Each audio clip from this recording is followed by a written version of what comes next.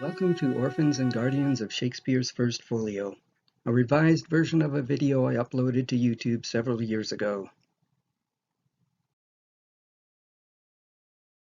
This is the title page to William Shakespeare's Comedies, Histories, and Tragedies, first published in 1623. This is the epistle dedicatory from the First Folio. It was allegedly written by John Hemming and Henry Condell, two actors in the King's Acting Company. George Steevens, a prominent 18th century scholar of Shakespeare, was the first to suggest that this man, Ben Jonson, wrote the companion letter to the great variety of readers, due to all of the plagiarisms and parallels he found in the letter and Jonson's works, including stuff which had not been published in 1623. If we are to assume that Jonson wrote to the great variety of readers, it's not a far stretch to assume that he also wrote the epistle dedicatory. Page 1 has these lines in the red box, but we're going to concentrate on page 2. On this page, I contend that Jonson settles the Shakespeare authorship question for good. And it begins here. When I first read this page, I was struck by several things. First of all, Shakespeare, at the top of the page, is all in uppercase letters that are widely spaced apart. Down below, the name is spelled in upper and lowercase letters, like normal. That told me something was going on. And then I looked at this sentence here. Here it is. We have but collected them, and done an office to the dead, to procure his orphans, guardians, without ambition either of self-profit or fame, only to keep the memory of so worthy a friend and fellow alive, as was our Shakespeare, by humble offer of his plays, to your most noble patronage. The words orphans and guardians struck me as unusual because they're not normally how you would describe plays. They were clearly his, the writer's, orphans and guardians. The word orphans cannot be right when describing plays, simply because all writing has a figurative parent, the author.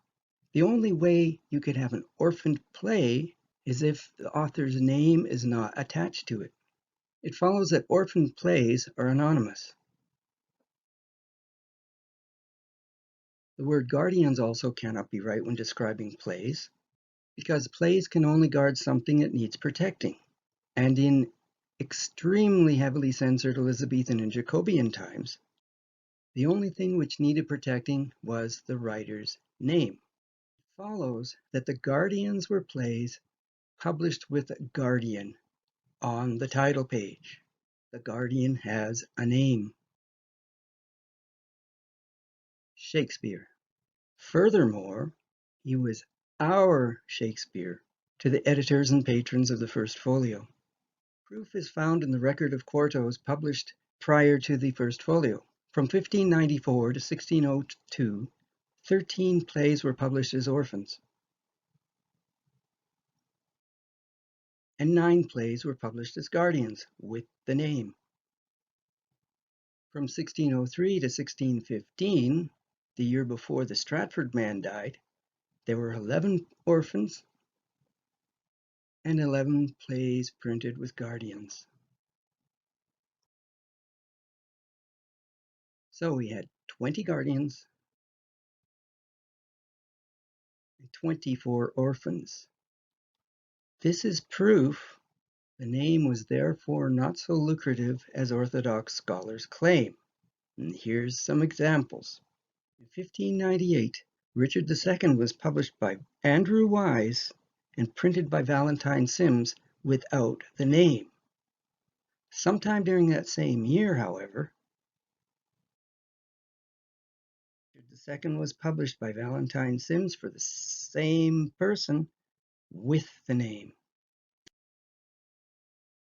The first quarto of Hamlet was published as an orphan without the name.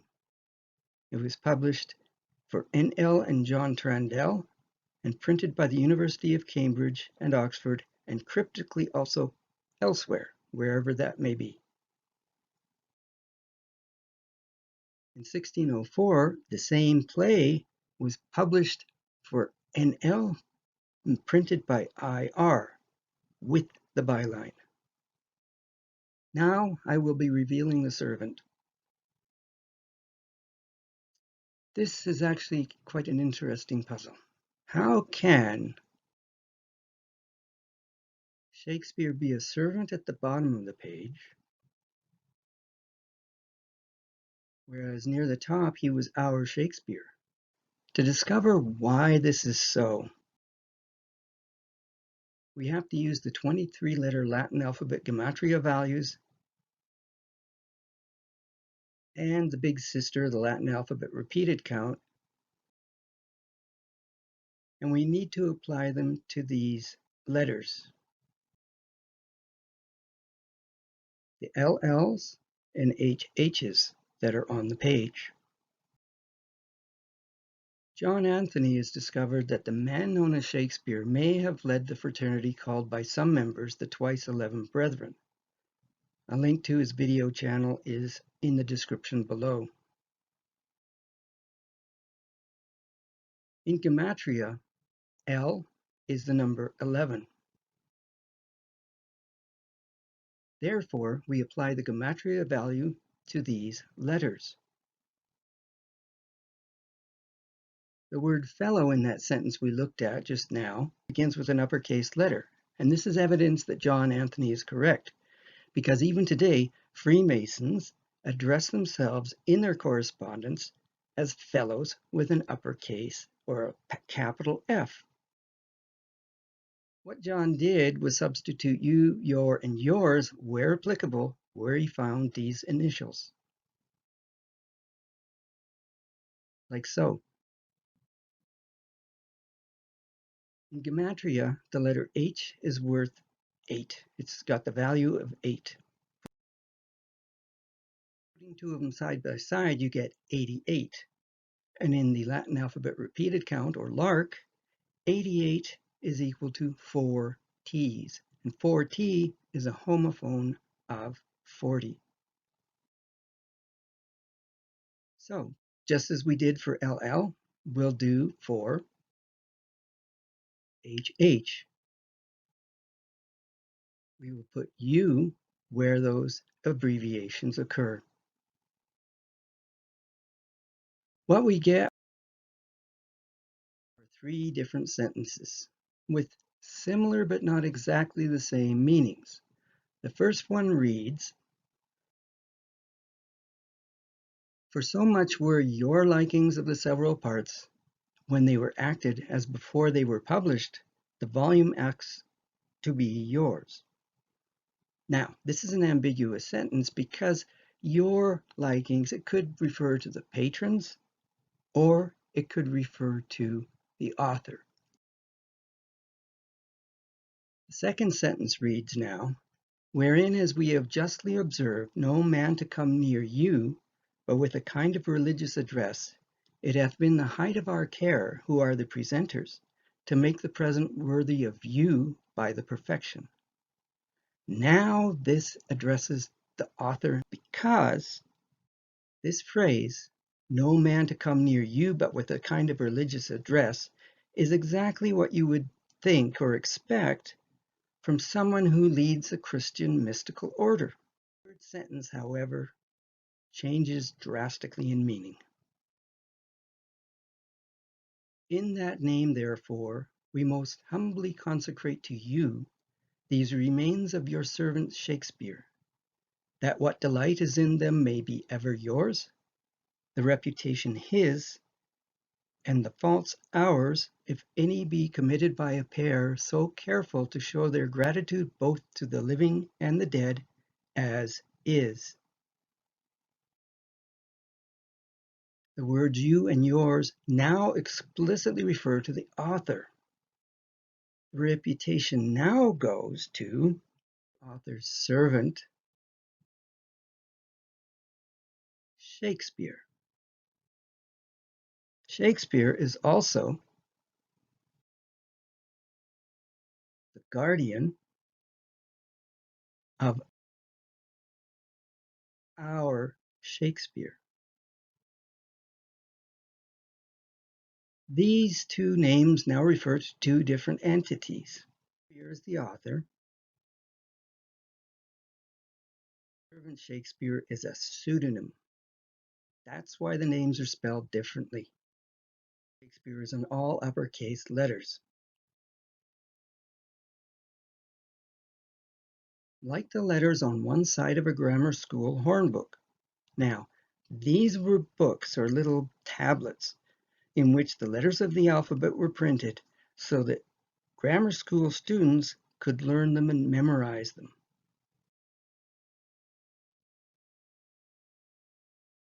The servant Shakespeare is spelled normally with an uppercase S and all lowercase letters for the rest of it. Case letters are like the letters on the other side of a grammar school hornbook.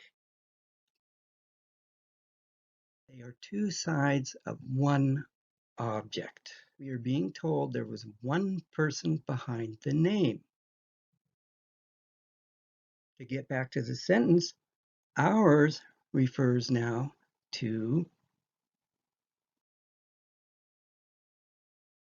the editors and patrons of the first folio.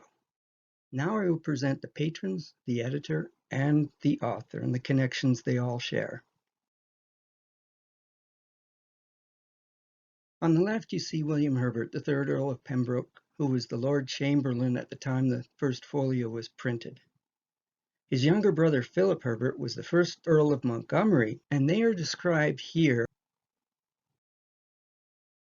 as the most noble and incomparable pair of brethren. This is further evidence that the man known as Shakespeare, and even these two men, were members of a fraternity, because today, when you read brethren in Masonic documents referring to members of a fraternity, they are called brethren, not brothers. William and Herbert were very, very staunch supporters of Ben Jonson. At one point, Ben Jonson wrote to William and asked him for an extra £200, I believe, with which to buy books. William and Herbert's mother, Mary Sidney Herbert, was herself a gifted poet and translator who famously published her late brother's Arcadia. These people all knew one man in common, though the evidence for Jonson knowing this man is scant, but it is there. Edward de Vere, the 17th Earl of Oxford. De Vere's connections to the Herbert brothers runs even closer than any other writer of the time. William was once proposed as a husband to de Vere's middle daughter, Bridget, but the marriage suit was broken off in 1599. Herbert, on the other hand, would marry Susan Vere, de Vere's youngest daughter, in 1604. The weeks-long celebration of this marriage featured 7 plays by Shakespeare, making it perhaps the very first Shakespearean festival.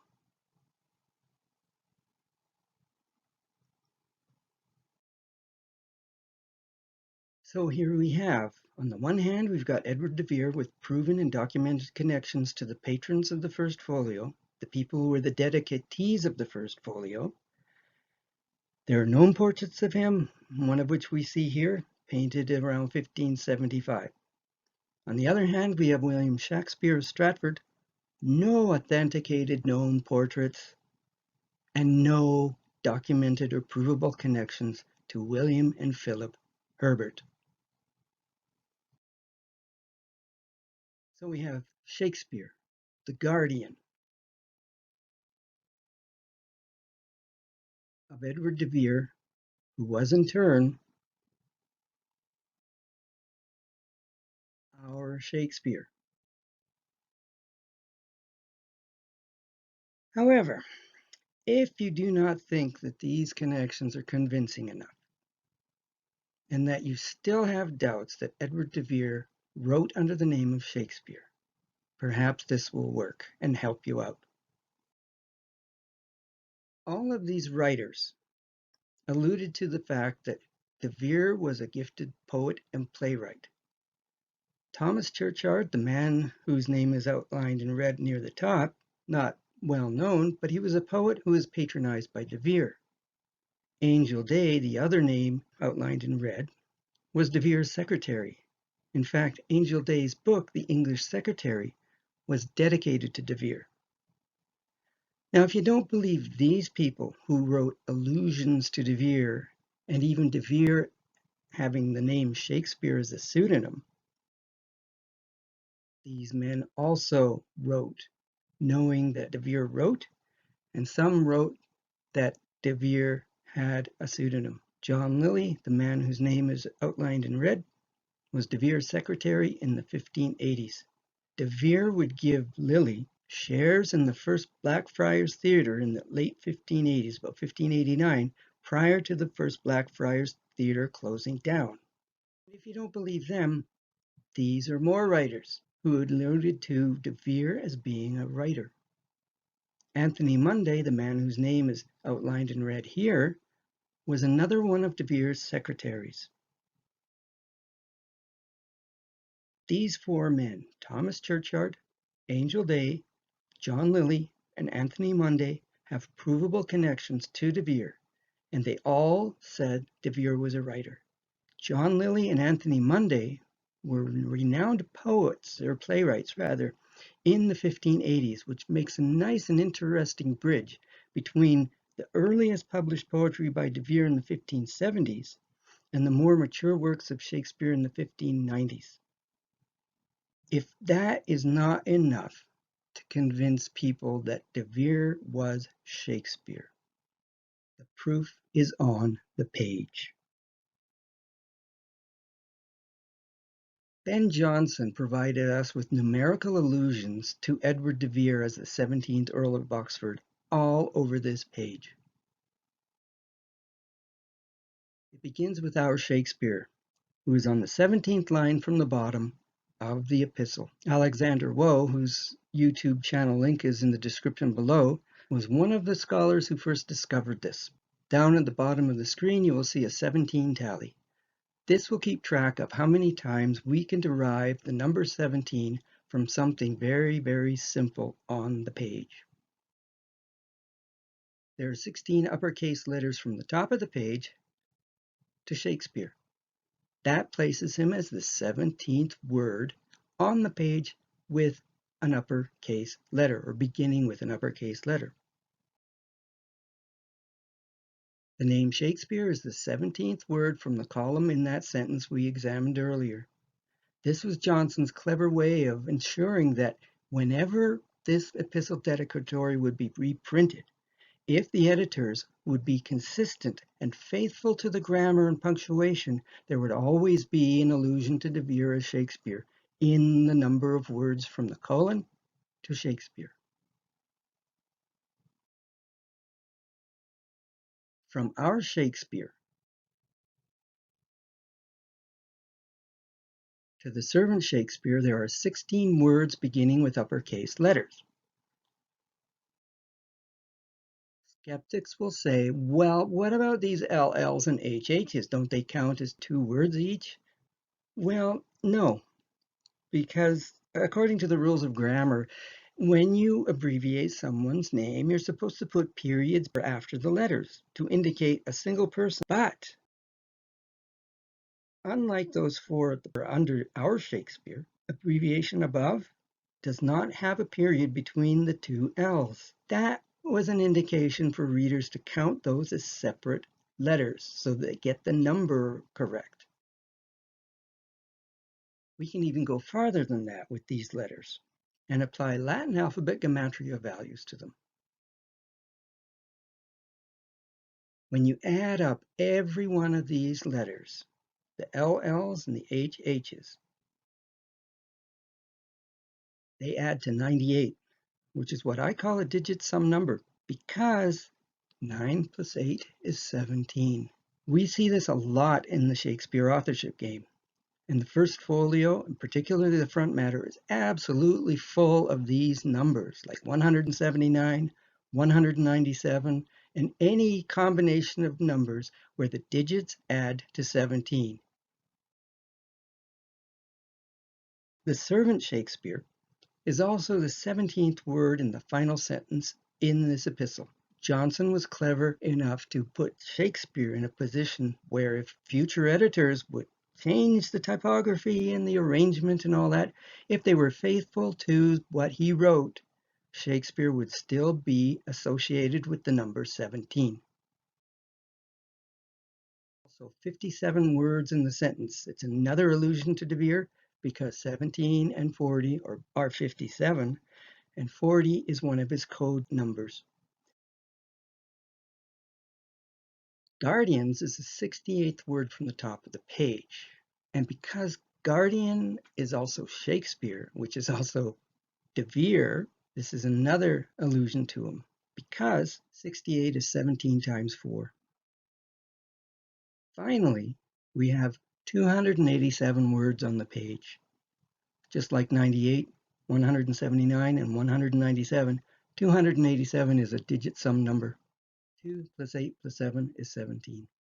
And along with these other examples of Shakespeare being at the 17th position somewhere on this page, this is the question that logically comes from it.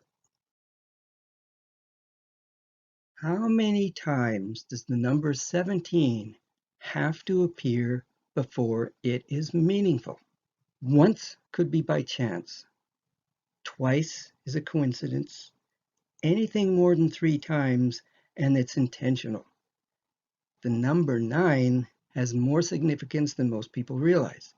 3 is the most sacred number in Christianity because it stands for the Father, the Son, and the Holy Ghost. Therefore, any multiples of 3 are also multiples of something sacred. And here we have 3 times itself. That tells me this number is correct. Now I'm going to present to you why his code number is 40, and it's extremely simple, folks. But first, I'll let you know that on this page there are only 4 uppercase T's on the page for another homonym, 4T.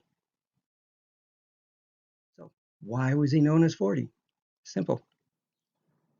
Oxford can be split into ox and ford can be split into 4 and D.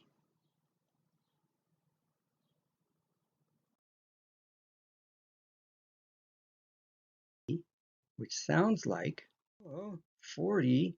And remember Latin alphabet gematria, 2 V's equal 40. And the family motto for the De Veres was Vero nihil varius. Nihil varius. Putting it all together, we've got the following on this page of the first folio.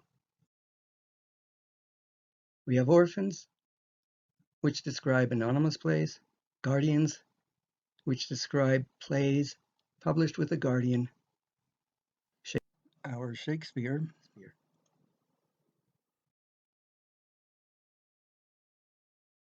The servant Shakespeare gets the reputation now. However, both Shakespeare names,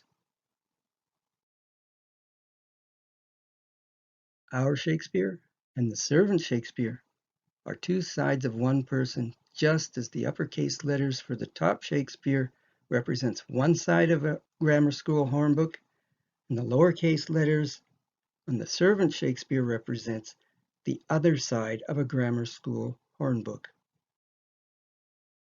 We also have 9 times where the number 17 is associated somehow with the name Shakespeare and, of course, also the 17th Earl of Oxford. So there we have it. The Epistle Dedicatory hides a lot of clues that Edward de Vere, the 17th Earl of Oxford, was writing as Shakespeare. Edward de Vere was Shakespeare. For more on the Epistle Dedicatory, watch for my videos signing off with John and Henry and the Herbert clues. Thanks for watching. Stay safe, everybody.